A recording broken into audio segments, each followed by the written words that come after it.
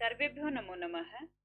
आज की वीडियो में हम जो कारक पढ़ रहे थे, विभक्तियां पढ़ रहे थे कारक में, जो 9वीं कक्षा के सिलेबस के हिसाब से हैं। 9वीं कक्षा के सिलेबस में 2022-23 में 9वीं कक्षा के सिलेबस में 2022-23 में 9वीं कक्षा के सिलेबस में जो विभक्ति है तृतीया विभक्ति, वो हम पढ़ेंगे।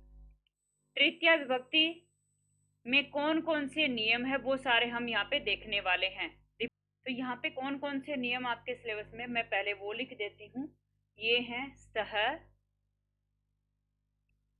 साकम, सार्धम, समम। ठीक है, चार तो ये हैं और चारों का मीनिंग भी एक ही निकलेगा आपका। सह, साकम, समम, सार्धम। उसके बाद आपका है विना और अलम। उसके बाद आपका है सदृश है और हीन। ठीक है, तो इसी प्रकार से ये जो टेबल्स ही मैंने यहाँ पे बना दी है, सिलेबस वाले जितने भी हैं उनका मीनिंग बताते हुए और वाक्य लिख करके मैं आपको यहाँ पे अच्छे से समझा दूंगी। इसी में समझा देती हूँ। तो सह का अर्थ होता है साथ। तो ये जितने भी हैं ये चार शब्द, इन चारों का मीनिंग होता है के साथ। ठीक है, एक ही मीनिंग है और एक ही वाक्य को आप इस तरीके से समझ सकते हो। जैसे आप यहाँ पे लिख सकते हो कि रामः पित्रा सह विद्यालयं गच्छति। रामः पित्रा सह विद्यालयं गच्छति, ये आपका वाक्य हो गया सह के मीनिंग में। अब यहाँ पे सह की जगह पे आप ये जो बाकी के तीन बच गए वो भी लिख सकते हो, सेम ही वाक्य है। और यहाँ पे आप लिख दो साकम, सार्धम और समम। ठीक है, ये इस तरीके से हो गया।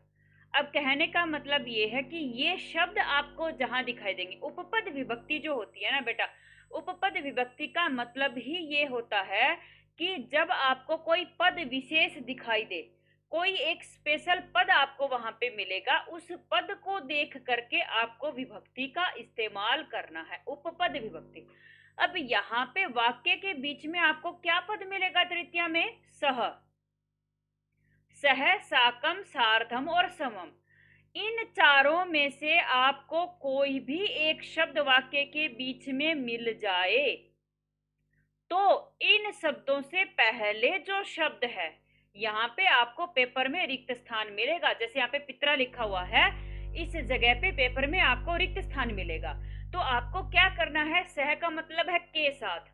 तो जिसके साथ कोई काम करे, जाए, खेले, खाए, कुछ भी करे, जिसके साथ जो किया जाएगा उसमें तृतीया होगी। यानी कि पिता के साथ जाता है तो पिता शब्द में तृतीया लगेगी। ठीक है, यहाँ पे पित्रा शब्द, पिता का तृतीया क्या बनेगा? पित्रा। जैसे पितरी शब्द होता है और पितरी का शब्द रूप जब आप चलाते हो तो तृतीया विभक्ति का एक वचन होता है पित्रा। जैसे बालक शब्द है तो बालक का तृतीया क्या होगा? बालकेन। तो मैक्सिमम तो एन लग करके बन जाते हैं लास्ट में, शब्द के अंत में, बालकेन, रामेण, मोहनेन। ठीक है, पुल्लिंग शब्द। कुछ शब्द होंगे जो पितरी की तरह हैं तो उनमें हो जाएगा आपका पित्रा। मान लो मातृ, यानी कि माता है, मातृ, या भ्रातृ, भाई हो, तो उनमें आपको क्या करना है? लास्ट में त्रा लगाना है, मात्रा, भ्रात्रा। यानी कि कहने का मतलब ये है, ये जो चार शब्द है ना, सह, साकम, समम और सार्धम, ये जो आपके चार शब्द हैं, इन चारों शब्दों से पहले जो रिक्त स्थान होगा उसमें जो आप भरोगे शब्द, उसमें तृतीय विभक्ति आएगी। ठीक है, और बहुत बार आपको ऑप्शन भी दिए होते हैं। तो यहाँ पे जो शब्द मैंने लिखे हैं, या तो री जिसके अंत में है, पितृ, मातृ, भ्रातृ, वो वाले ज्यादा आते हैं, या फिर बालकेन, एन वाले ज्यादा आते हैं। और अगर आपका स्त्रीलिंग शब्द हो, जैसे कि राम सीता के साथ विद्यालय जाता है, अगर आपको कोष्ठक में अगर आपको भरना है सीता शब्द, तो सीता का तृतीया क्या आएगा? सीतया। एक प्रश्न भी लास्ट में मैं आपको दे करके ये समझा दूंगी कि किस तरह से आपको रिक्त स्थान भरने हैं, और मुझे ऐसा लगता है शायद यहाँ से आप कुछ समझ पाए होंगे। उसके बाद अगला शब्द है आपका विना। विना का अर्थ क्या होता है? किसी चीज के बिना, ठीक है। जैसे जल के बिना जीवन नहीं है, तो हिंदी में बिना ब है और यहाँ पे बिना है, तो यहाँ पे आप क्या लिखोगे? मैंने लिख दिया जलम। विना में क्या होता है? विना में द्वितीय, तृतीय और पंचमी सारी लगती हैं, ठीक है। तो हम यहाँ पे क्या कर रहे थे, मैंने यहाँ पे द्वितीय लिख दी, लेकिन इसका वाक्य हम तृतीय वाला यहाँ पे बनाएंगे। तो रिक्त स्थान, फिर आपको यहाँ पे लिखा है विना, फिर मैंने यहाँ पे लिख दिया जीवनम न अस्ति, कि जीवन नहीं है, किसी के बिना जीवन नहीं है। अब यहाँ पे जो आपको रिक्त स्थान दिखाई दिया, ये वाला जो रिक्त स्थान आपको यहाँ पे दिखाई दिया है, इसमें आपको भरना है शब्द, ठीक है। यहाँ पे शब्द भरना है, और आगे कोष्टक में आपको शब्द दे दिया। जैसे यहाँ पे आपको दे दिया जल। बहुत बार जो उपपद विभक्ति वाला होगा शब्द, उसमें इस तरीके से कोष्टक में शब्द दिए होते हैं, ठीक है।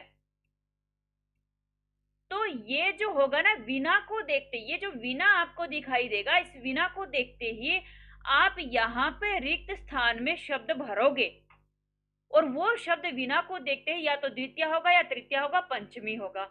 और यहाँ पे कोष्टक में जो दो शब्द दिए हैं या चार शब्द दिए होंगे क्या क्या करके विकल्प, उनमें से केवल एक ही सही होगा।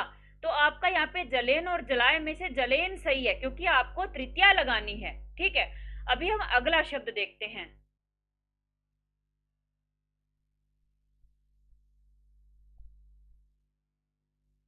अब आपके केवल 3 शब्द बच गए हैं यहाँ पे। अलम सदृशः,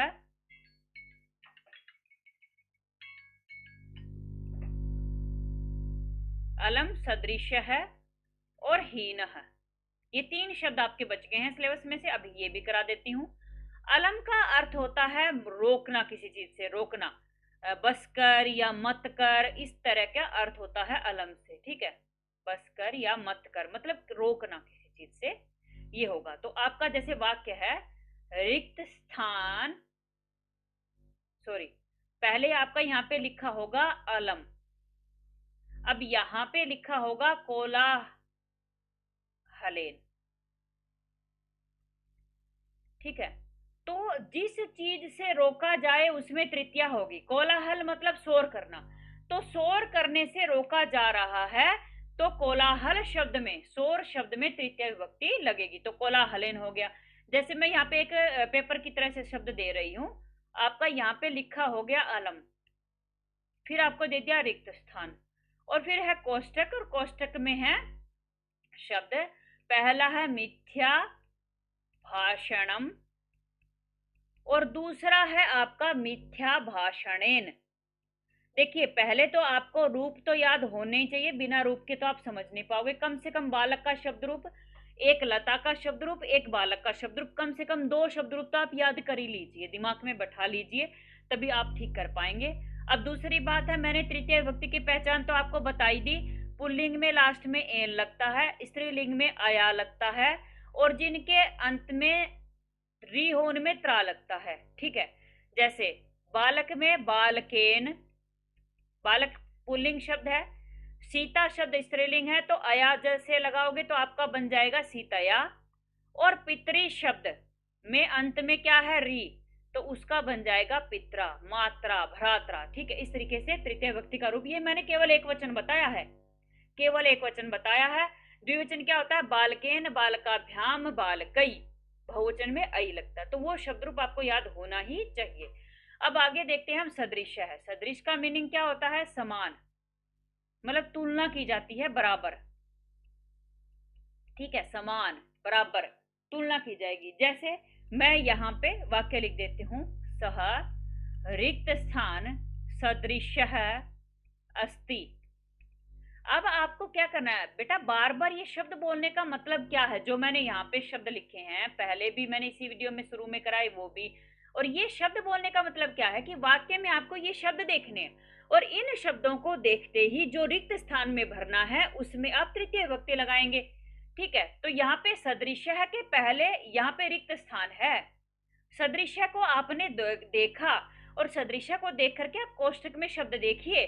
तो मैं यहाँ पे लिख देती हूं जो ऑप्शन है आपके देवम, देवेन।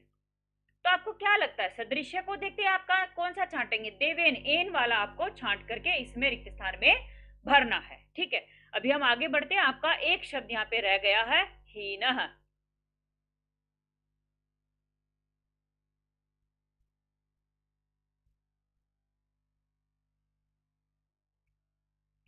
हीनः, हीन का अर्थ भी क्या होता है? एक तरह से रहित या उस चीज के बिना, मतलब ठीक है, जैसे विद्याहीन है वो, यानी कि उसके पास विद्या नहीं है, विद्याहीन है।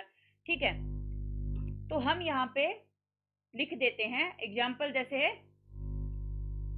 मैं दे रही हूं यहाँ पे, मनुष्य है रिक्त स्थान हीनः, यानी कि मैक्सिमम टाइम तो रिक्त स्थान के बाद वाले शब्द पे ही नजर आपको लगानी है। ठीक है, मनुष्य है रिक्त स्थान हीन है, दुखम, मैं वाक्य यहाँ पे नीचे लिख करके पूरा कर रही हूं, प्रापनोति। अब आपको ये रिक्त स्थान दे दिया, अब आपको क्या करेंगे? या तो 4 ऑप्शन होंगे या 2, मैक्सिमम टाइम तो 2 होते हैं। ठीक है, तो यहाँ ब्रैकेट में मैं शब्द लिख रही हूं, मैंने यहाँ पे शब्द लिख दिया धनाए या धनेन। आपको हीन को देखते ही तृतीय विभक्ति लगानी है, हीन को देख के। तो तृतीय विभक्ति यहाँ पे किस में है? धनेन में है, तो आपका धनेन ऑप्शन सही होगा। कहने का मतलब क्या, मैंने नियम भी समझा दिया और पेपर कैसे करना है वो भी मैंने समझा दिया। तो आपको इन पॉइंट का विशेष रूप से ध्यान रखना है। और अगर आपको ये वीडियो पसंद आए तो प्लीज लाइक, शेयर और सब्सक्राइब जरूर कर देना। धन्यवाद।